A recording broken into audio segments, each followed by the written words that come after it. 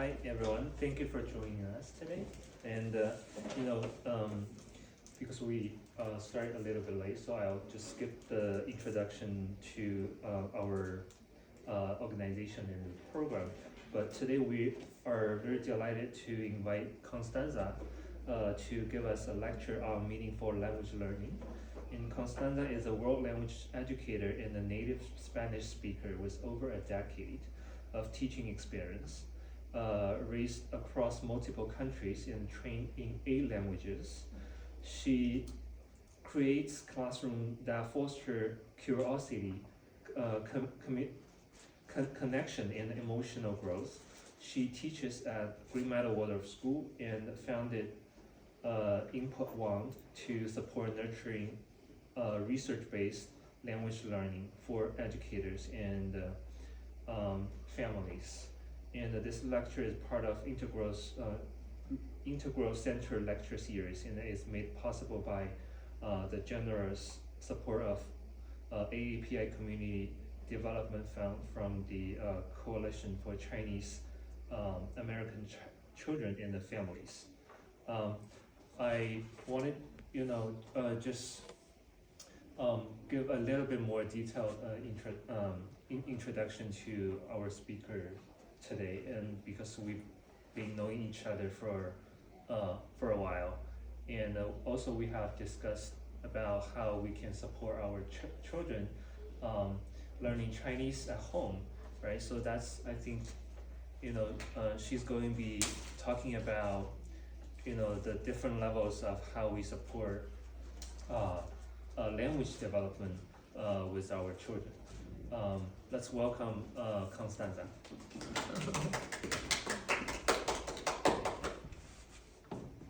Hi. So my name is Constanza Ontaneda. I was born in India, mostly grew up in Peru, Brazil, Romania, and the United States. And wherever I went, I studied languages. If a language was offered, I studied it. But there's a little caveat to that story. I didn't actually learn or acquire the last 4 languages that I tried to study. Those languages were Mandarin, Russian, Quechua, and German. So I carried around the textbooks that I was given in those classrooms for many years, and I thought something was wrong with me. And I promised myself that someday I would get back to those textbooks and finally learn those languages. And the next thing you need to know about me is that I didn't actually study to be a teacher. I studied clothing design, and I never could have foreseen becoming a language teacher, but that's basically all I've done since I graduated college. I began by teaching adults in corporate environments, English and French in Peru. And then when I moved to the States, I've mostly taught Spanish and a little bit of French. So for quite a few years as a teacher, I was sort of in a panic because I knew in my heart, in my body, that I wasn't doing things right. I knew something was wrong. And I just didn't know quite what it was. And it wasn't until I got hired at Rockland Waldorf School that I got a mentor who introduced me to the research, teaching proficiency through reading and storytelling, the methodology that leads to language acquisition the fastest, proven by research.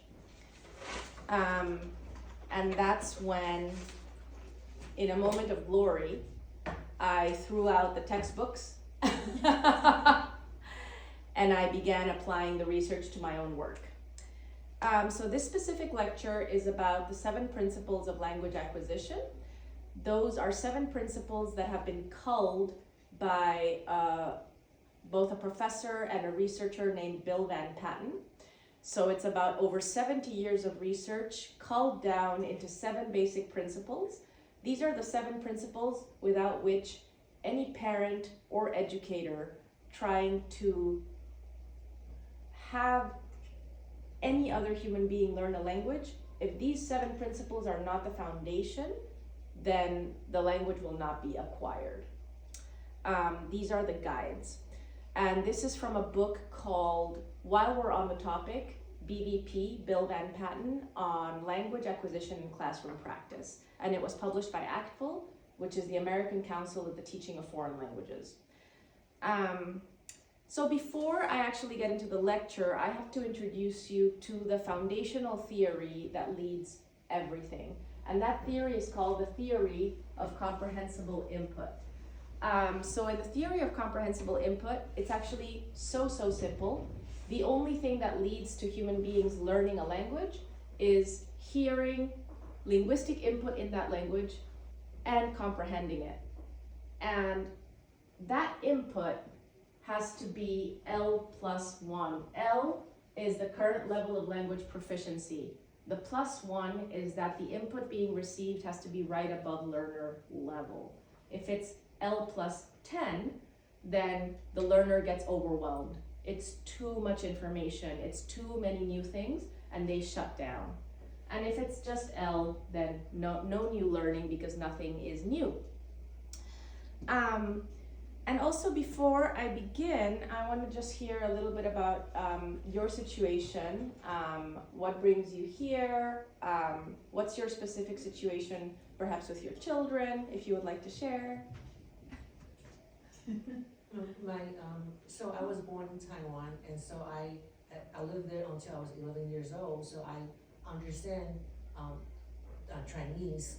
But when I came to the US, my Chinese regressed. So now I think in English, and I'm not as, unfortunately, I can't speak as fluently as I can in Chinese. So when my kids are 6 years old, and I just speak to them in English. So this is the only way they can learn Chinese here, and I feel, sad for it. Like, I feel sad for it, so. Thank you for sharing that. So I was born here and then learned English and then sent to Chinese school on Sunday. Hated it. And yeah, hated all of it. And now the process is happening again with my own children because they obviously know English. There's no Chinese speaker in the house. So here I'm here because not to have them learn in the learning class, but in the exposure class with the immersion, just to have them be around it. Not necessarily have him learn it fully, but I would love it if he could. I just don't see if it's very possible. Yeah. But just exposure, I guess. And if I may ask, do you feel like you learned Mandarin at Sunday school? No, because it was a Chinese school that all the kids spoke Chinese, and they were there mostly because their parents made them, and they were going to learn how to write or do speeches and do like actual formal things. So it wasn't. It was L+10 For you? Yeah, for me, it wasn't L+1. So were you? Do you feel like you were at shutdown mode? Yeah, the teacher would say this is the homework, or what I would assume she said it was the homework, and my mom would say, okay, well, what do you have to do? I was like, I don't know. She didn't say anything. Yeah. I have no idea. Yeah. So it was like L+10. Right. Before my kids came to this school, they were actually in another Chinese school, which is it was 3 hours of learning, sitting in class, just like really learning, and they hated it. Mm-hmm. So, and then when I saw this school, it's closer to my home, and then I saw like they love singing, they love dancing, like, oh, this is great. Now they love it. So Yeah. like, at least so get them to like it. Absolutely. So, Oh my gosh, that is so helpful for me to know. Thank you so much for sharing that. So, Principle 1.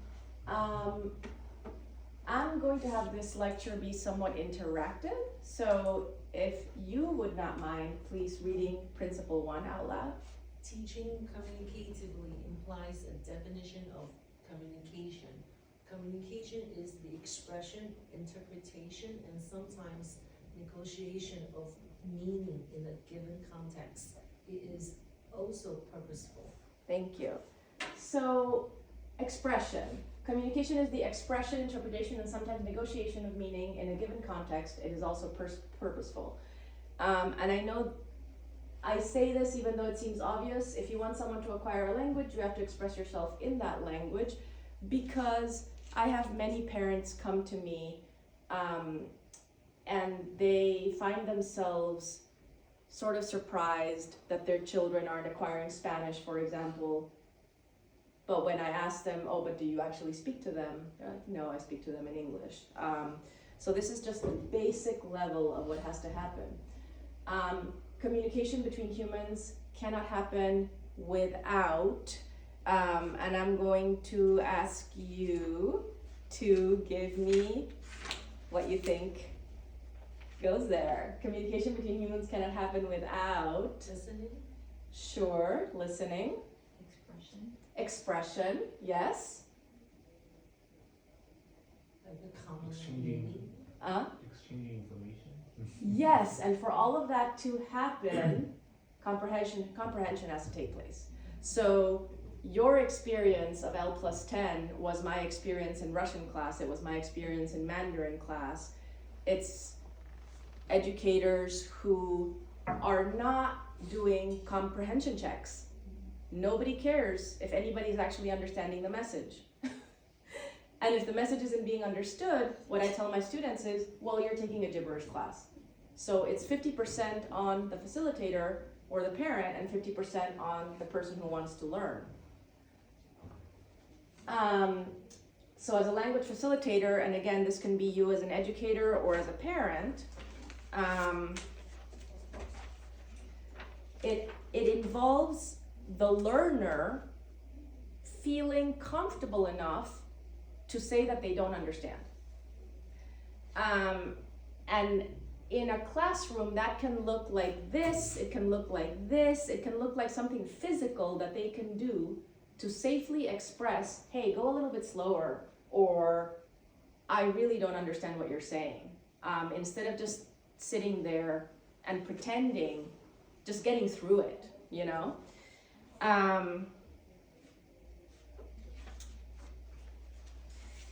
And what's important to know is in a given context, this is very, very important.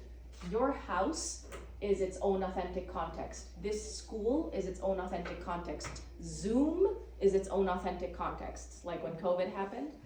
And every situation in your family life is its own authentic context. So sometimes parents are very overwhelmed because they feel like it's either zero or everything. And it doesn't have to be zero or everything. For example, as a family, you have a lot of routines. You have a morning routine, you have a dinner routine, you have a let's go to school routine. And if you really think about it, you're actually saying the same things all the time. Like there's a script to your family life. If you can turn one of these authentic context situations into the target language, and actually script it out for yourself, then you've already managed to turn one phenomenon of your family life completely into the target language of your choice. And you can do this with the help of a facilitator who is fluent. If you are no longer fluent, that's what technology plus other human beings can help you out. How do you do dinner time just in Mandarin? How do you do the morning routine just in Mandarin, including songs, including poems, including movement, so that it goes alive and it feels alive to you too. So principle 2, would you mind reading this one out loud, please? Language is too abstract and complex to teach and learn explicitly through grammar and memorization. And this is one of the main reasons why I did not acquire the last 4 languages that I attempted to learn at some of the most prestigious institutions in this country, and why a lot of people say that they took a certain language all through high school, all through college, and they have nothing. Why? Because expecting humans to acquire a language by teaching them grammar and forcing them to memorize words and phrases is like having a human read a manual and maybe even memorize it on swimming, then dropping them in the ocean from a helicopter and expecting them to swim. The manual is abstract information. The only way you can learn how to swim is by swimming. We do this in driver's ed all the time. We have the intellectual piece of the rules of the road that you have to memorize, and then it is understood that unless you have a teacher in the car with you and you're driving, you're not gonna learn how to drive. It cannot just be abstract. But unfortunately, in world language classrooms or other situations of language facilitation, people think that this is not the case. That if I give you grammar rules or words to memorize, you're magically going to leave the room communicating in that language, right? So what could be another analogy that we could come up with that would be similar to the one that I came up with?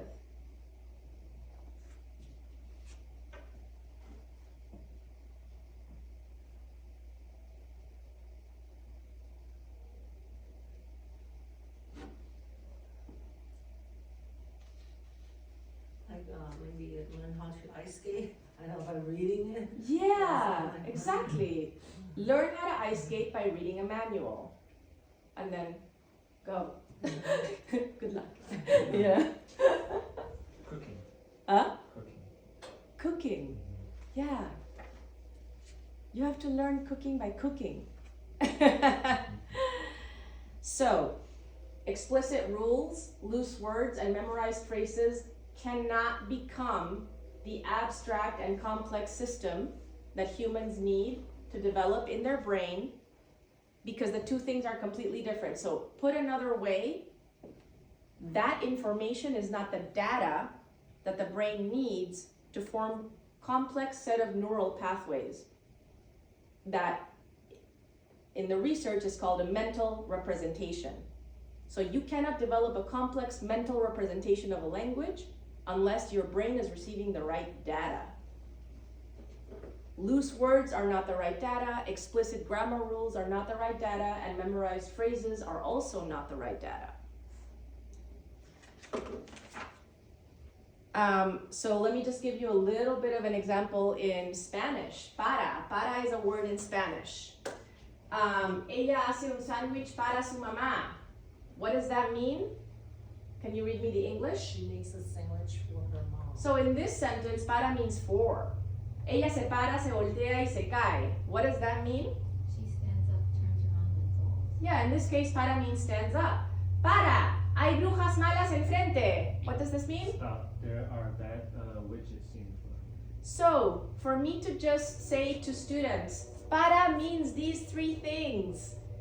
Now use it. No, what they need is to receive complex input in the language enough times that they start understanding the nuances of the word in different ways, okay? So if for any reason you find yourself trying to explain the language to somebody, stop it, unless your goal is to be teaching a linguistics class, in which case don't stop it.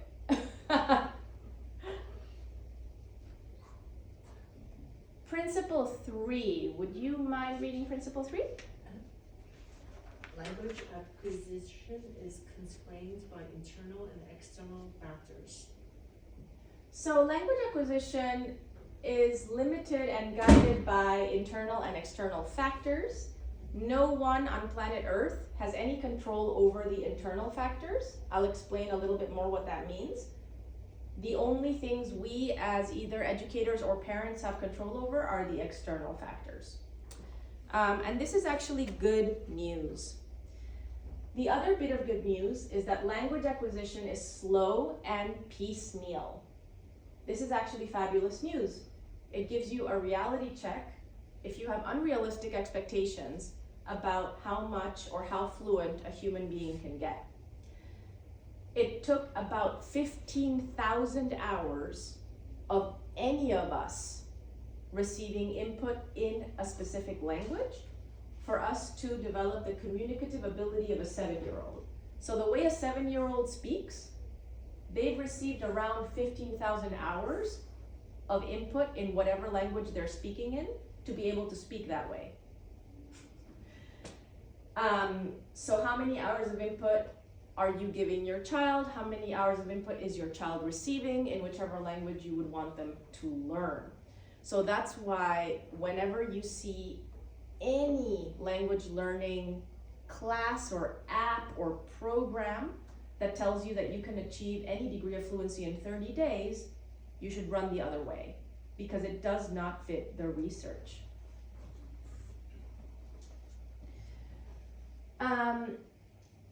Another thing that's really interesting is that even though language acquisition is slow, it is also piecemeal. And what does that mean? Learners don't learn, for example, the present tense, then the past tense, then the future tense. Learners are learning all of these all at once, all at the same time.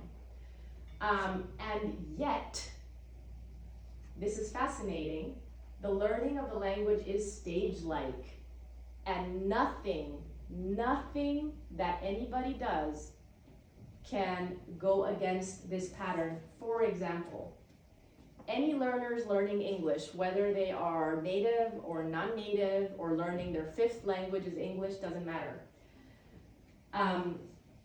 They will learn ing first, so they will be able to say, I am eating, before they can consistently say that they walked somewhere, before they can consistently say, she walks, okay?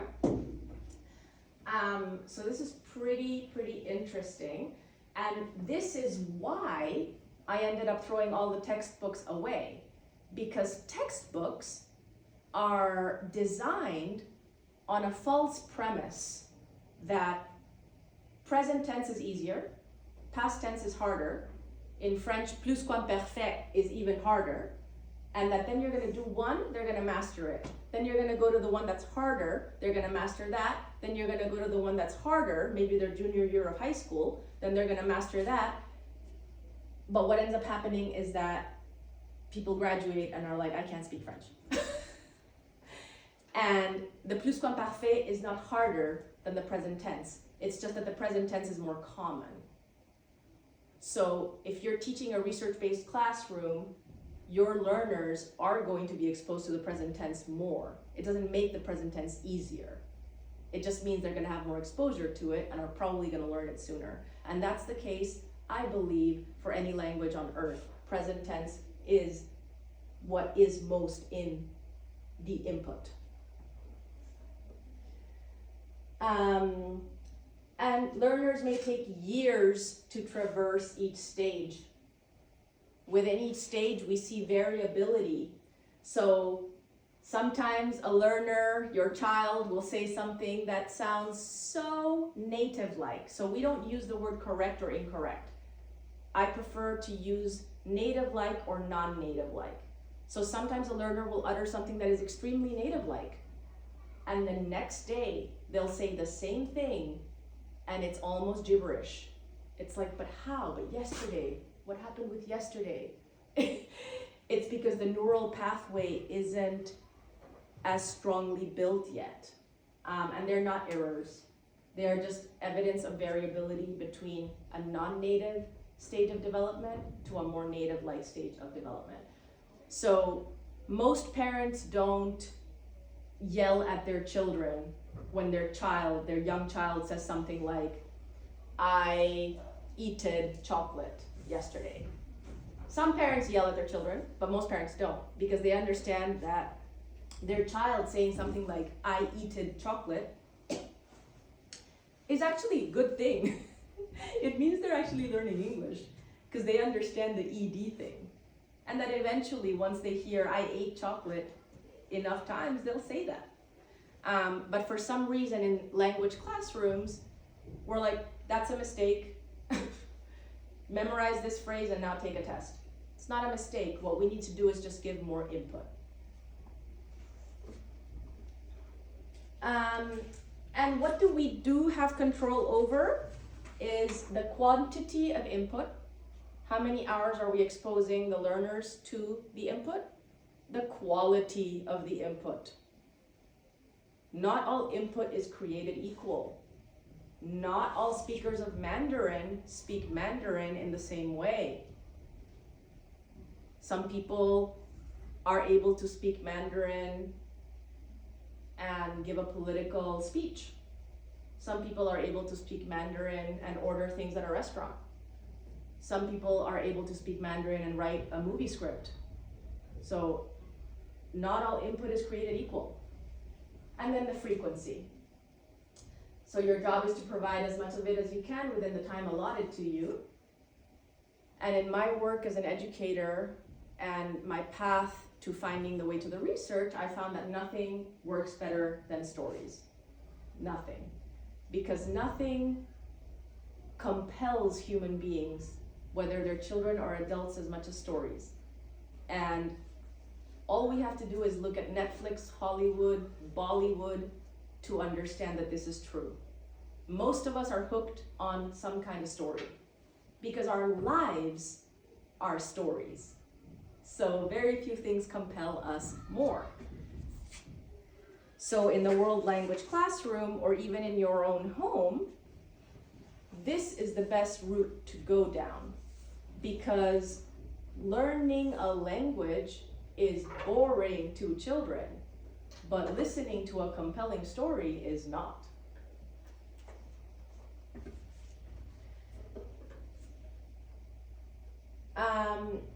And I wanted to say a little bit about bootstrapping. Bootstrapping is actually the research-based term. I love the term.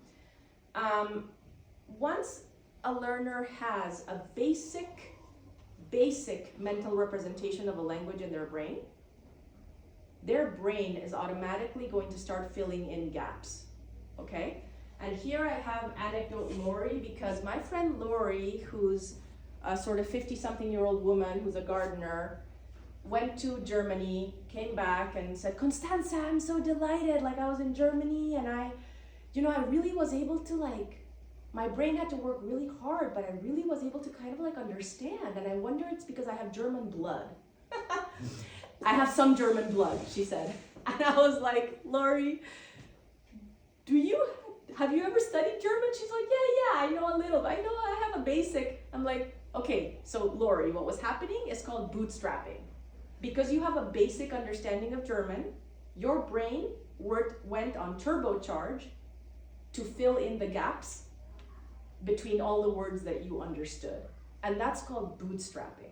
So for example, I'm a teacher of Spanish. My father was Peruvian, I grew up in Peru, but I was born in India and my mom is Indian. I left India when I was 8 months old. I speak maybe 3 words. I don't know whether they're Hindi, Punjabi, Urdu, I don't even know what they are, okay? So I can sit at an Indian restaurant for the rest of my life and it will be gibberish for the rest of my life. I actually am able to do more bootstrapping in Mandarin. Like when I hear Chihui speak Mandarin, I actually understand some words. So my brain can start bootstrapping. So it has nothing to do with blood. It has to do with whether you have a basic mental representation of the language and then your brain is filling in gaps.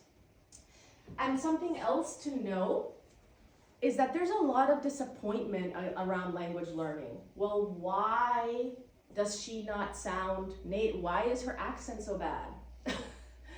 Or why can she never say that tense like that? It's just, Well, there's another anecdote. One of my best friends on the planet, Elizabeth Jones, now deceased from old age. She was British, and she lived actually the majority of her life in Lima, Peru. She arrived in her 40s and died when she was almost 102. She spoke Spanish perfectly with a British accent. She had 60 years of exposure. But because of the internal factors of her brain, her accent could never sound native-like. It doesn't mean that somebody else, under those same exact conditions, they could have had a perfect accent. But these are the internal factors that we have no control over. So it's best to let those be and focus on the things we can control. which are these, right? Quantity, frequency of input, quality of input, meaningful context, communicative opportunities. The affective barrier. This just means that unless the human beings are relaxed and sort of having fun, it's not gonna happen. So in the example that you gave, that didn't sound like you felt good. Yeah. Or that anyone really cared whether you understood or not, right? And then also the good news is that literacy is a turbocharger to language acquisition. So if there's reading happening in the target language, that will speed up the acquisition of the language. Principle 4, would you mind reading this one? Instructors and materials should provide appropriate level input and interaction. So input is something that people are sometimes confused about, and it just means one thing and one thing only. It is language embedded in a communicative event that the learner attends to for its meaning. Period. And the only way this can happen is if both parties care about the comprehension of that message. And no, you cannot just throw input at learners. That happened to you, it's happened to me in many language classrooms, it's happening all over the world all the time in most world language classrooms. People just speak without any care about whether the learners are actually understanding it or not. You shared your experience. Has anybody else had that experience? I took French in college, and I never learned French in high school. So the teacher used immersion. I'm like, the first day, she just kept talking and talking. She's looking at me, she's talking, I'm like, I have no idea what she's talking about. I never went back. I dropped the class. I'm like, what are you talking about? Like immersion, like, so she wouldn't speak English at all. I'm like, I don't know what you're talking about. Yeah. And she did not check to see if you understood. No. Maybe she thought I talked in high school, but I didn't. I told that class so that I can learn. Yeah. And then she did the immersion problem, like, so I didn't Yeah. go back. So. Have you ever had the experience or no? No. Yeah, I've had that experience many, many times. And how did, you just gave up, Yeah. right? Because you realized it was a lost cause, because if that's how it's gonna be, it's gonna be gibberish the entire time, right? Yeah, absolutely. And that is something that we call it ups the affective barrier. So you're essentially in that like overwhelm mode, and that's not conducive to learning either. So a skilled language facilitator, and this is the case even at home if your situation is such that you're not, your kid is not fluent. So you're gonna speak in short sentences, you're gonna repeat words and phrases, so patience is key. You're gonna rephrase, and you're going to, if you're using materials, right, it's best that the learner somehow have access to what things mean. Maybe that's you. If it's not you, there should maybe be a glossary, right? I believe that having them carry around a big dictionary is a waste of time. And you pause, because processing language, even in a language that you know, processing language is very taxing on the brain. So can you imagine how taxing it is on the brain to process a language that you don't yet quite know? And you focus on the here and now. You use the authentic context of the interaction happening in your house or in your life to bring it about. Unless you're using these stories, in which case that's not about this moment, but it's about a story. And more than anything, you're checking for comprehension constantly so that your child knows that you care about whether they're comprehending or not. I'm so sorry. Mhm. My kids' class is finished, so unfortunately I have to go. But I'm going to take your information. This is so Thank you. interesting. I really appreciate it. Thank you. No problem. My kid in the same class. Alright, I'm here.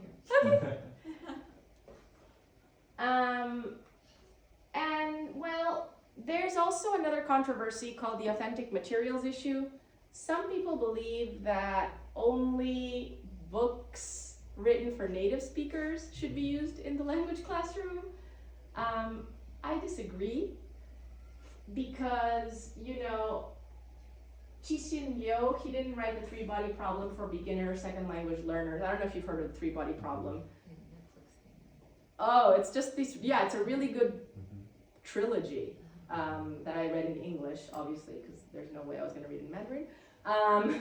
And Lao Tzu didn't write the Tao Te Ching for beginning language learners. And the China Daily doesn't pay their journalists to write articles for language learners either. So everything that's written on planet Earth is written for a specific target audience. There are currently people writing materials for language acquisition. That is the target audience. So there is nothing wrong with using those. Usually using things written for native speakers in a language learning environment is going to be the equivalent of L+10. It's going to lead to nothing. It's too much information and it's too complex. Principle 5. Would you mind reading Principle 5? Tasks should form the backbone of the communicative curriculum. So the only thing that this means is that whatever you're doing, the purpose of it cannot be language learning, believe it or not. The purpose of it should be, we're doing this story, then we're doing theater, we're singing this song, we're talking about dinner, we're talking about our lives, this is our morning routine. So language acquisition is a byproduct of that communication, of that communicative event. It's not a byproduct of, we are now going to learn language. No? And more than anything, as a parent, in order to avoid a lot of disappointment, you need to know what your goals are. So is your goal that your child learn how to communicate only orally in Mandarin? Is your goal that they be able to write in Mandarin? Is your goal that they be able to communicate about daily life in simple ways? Is your goal that they have a scholarly level of communicative ability and can speak and write on highly complex topics? Is your goal that they learn pinyin, simplified characters, or traditional characters?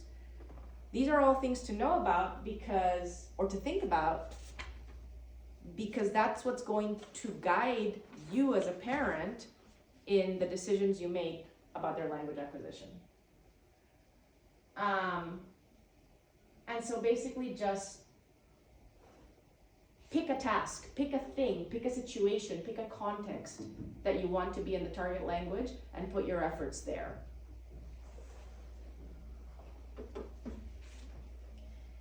I'm going to give an example of reader's theater. So if you do use any stories with your children, it is super, super helpful if you guide them through being able to act it out with their bodies. If you're reading the story to them for the 7th time, can they act it out? Can there be some costumes? Can there be some props? I guide my students in this on a chapter by chapter basis, so that by the end of even one academic year, they're able to write a short story on their own. They're able to produce it, act in it, direct it. Why? Because that's what we've been doing. Not because I abstractly told them how to do it, because that is the essence of our classroom. So they are embodying the language.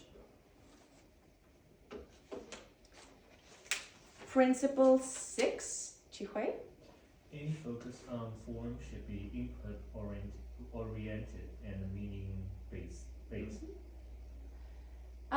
And basically form here just means what people usually call correct language, but what is more useful to call native-like language. So this could be an example that happens in a classroom. She come home early. The instructor then says, oh, you mean every day? Every day she comes home early? No, yesterday. Oh, you mean yesterday she came home early. Okay, I got it. So it's not like, oh no, Johnny, that's not how the past tense works in English. Let me tell you how the past tense works in English. No, it's just like, and then you're gone. But then the instructor actually gave the native-like input. The affective barrier remained low, so the student has no idea, in a sense, that they didn't say something that was native-like, and it was still a communicative event, no? So the more you have a research-based language facilitation practice, the more these things just happen naturally. And basically, this principle is just another way of saying that the only way to teach correct grammar is by exposing them to that kind of language. And it happens implicitly, not explicitly. And this is basically our last slide. This is principle 7. Would you mind reading it? Reading is part of communication and should be an integral part of the contemporary communicative classroom. And the thing I have to say about this principle is that for many, many years, there was only 6 principles, and only in the last year was a 7th principle added, which is this one, and I'm so excited because now it's 7 principles. And the only thing to know is that if any human being is doing reading in the target language, their acquisition of the language is going to go much, much, much faster. So that's why I always say, in a sense, middle school is a perfect time to start learning a language, and it's never ever too late. I took German in college, and it wasn't a very research-based situation, so I came out with pretty much nothing. When I found out the research, I found an author of fiction books written for language acquisition. I bought them all. I read them, I'm actually still reading them. And lo and behold, I actually can communicate in German now. Yeah. So that's the end of our lecture. If you have any comments or questions, now's the time.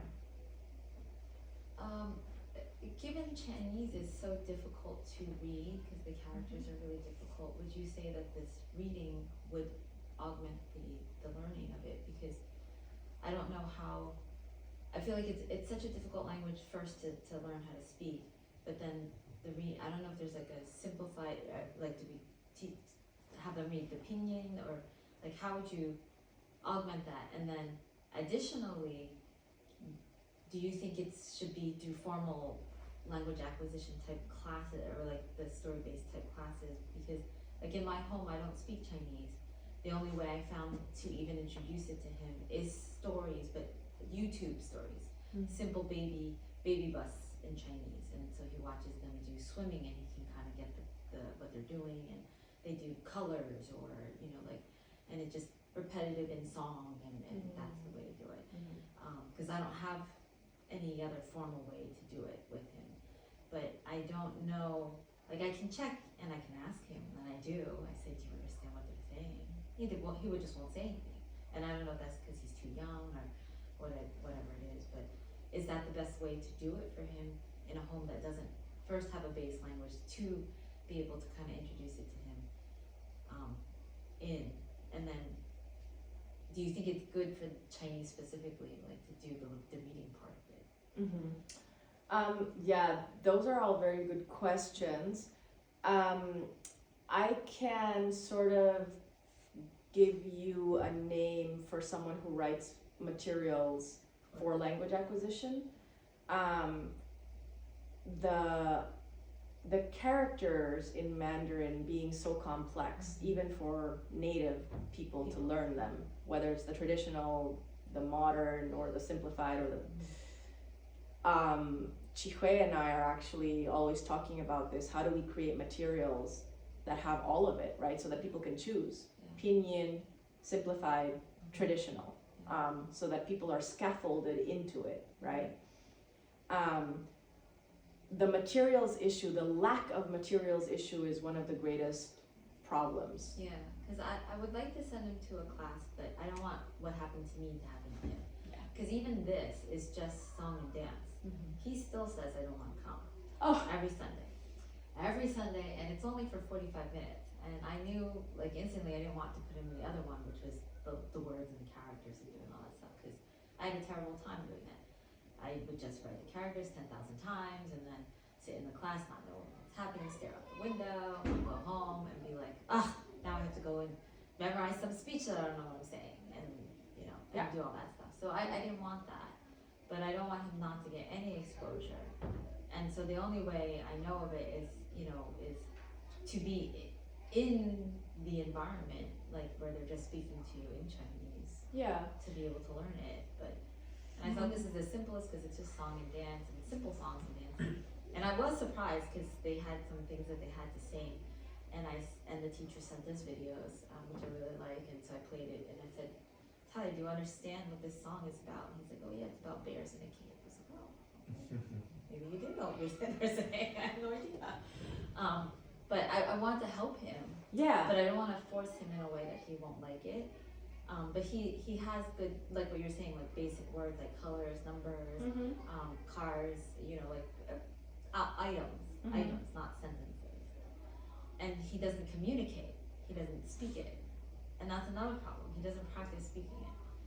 And I try, to do what you say, put it in my home. Like we'll do shoya, brush your teeth. I have no idea if I'm saying it right, but I learned the word. I literally learned these specific phrases and say shiso. And I'll say, okay, shiso, and I'll say these things like zosha, I'll say these things all the time, but I don't know if I will get, and my goal, because set a goal, my goal is just oral, basic communication. Nothing complex, like you're a doctor and you need to do all this. Yeah. Just so given your specific situation, my most realistic and sincerest advice would be to go on an adventure with him. Meaning, can you yourself either rewrite or find a very simple Mandarin story, right? And if you're really not interested in him or you learning how to write and read in Mandarin because that's just not going to be useful to your lives, then forget that part. But first you need to understand that little story and then tell it to him and then embody it. So it's like this, and it can be like a healing journey, because I know your journey was in a sense not good, right?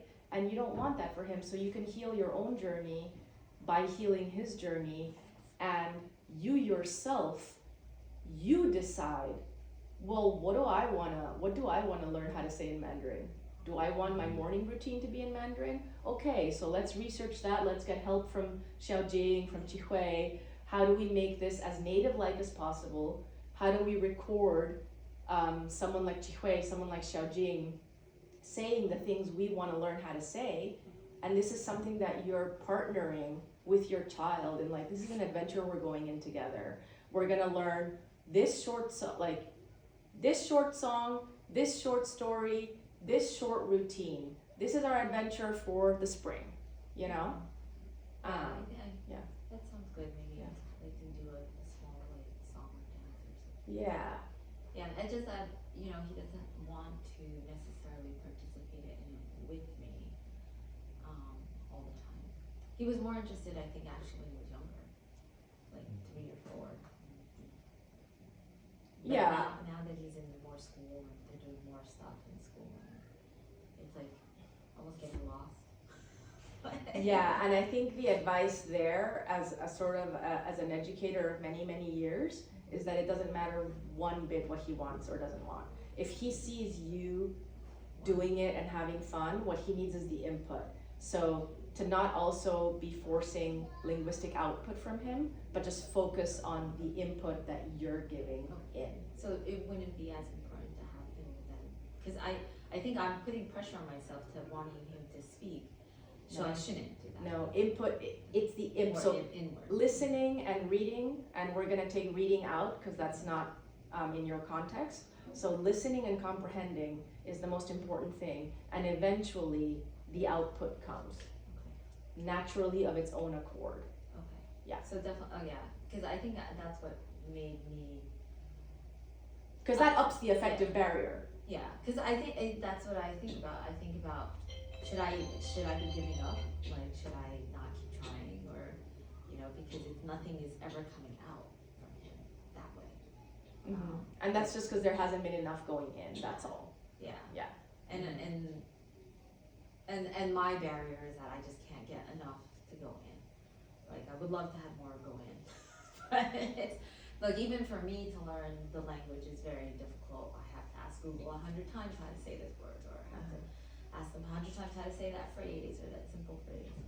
Or like sometimes I'll read the book and I'll, like with my daughter, we're reading about colors, and I'll say, this is red, 红色, and then like I'll try to say it in Chinese too at the same time. Just saying it. I don't do anything force her to say it. I'll just say, yellow, 黄色, and Yeah. and that's all I've been doing, like input, but I don't know if it's gonna. It's gonna be a lot more meaningful because these are just loose. Because basically yellow, but what do I don't really care about yellow. Yeah. I care that there's a girl who is so sick that she turned yellow. So I need to make a more story. More story like. Jonas? Yeah, you know what I mean? Like, Get more story like that. Yeah. yeah, exactly. Yeah. Maybe take their literal favorite story and And turn it into Mandarin. Okay. You know? Okay. Yeah. Yeah, he needs some content. Yeah, Yeah, I it's know. That's what context. I think I need to do Yeah. then. Yeah. I mean, because my mom even bought like these Chinese. I think you've seen them. Like they're books that have a pen and you put them. Yeah, and then comes the words. But a lot of it is vocabulary words. So it's just like point at this object and it says tells you in Chinese. And the whole book consists of like maybe 2 stories only. And I'm like, oh, this is so like they don't have much. Yeah. Stories. No, there's not a lot. Yeah, There's and not a the lot. stories are longer, like longer than a beginner, I would say. To learn from. So it's like sometimes they just aren't listening. Yeah.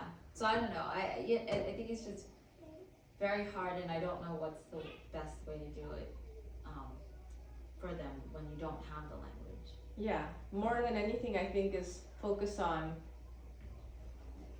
you can't give what you don't have. So if it's like, what do I want? Then do that, and then that's what you're gonna give him. Yeah. Yeah. Yeah, because I did do the tutor and stuff, but I think it's also not, he didn't really like that either. Yeah. When I'm with my daughter Suyan, and I always wanted to, because sometimes it's myself. I want this. I want to do this, and then I just bring her with me, and she gets exposure to those things. But also like, if I don't like it, what was the purpose to give it to my daughter? Like, Yeah. you have to love it. Yeah, I know, and I think that's the other problem. I don't know how to find enough of the time to do all that. Yeah. Like that's Yeah. the other thing. And with 3 kids, it's like literally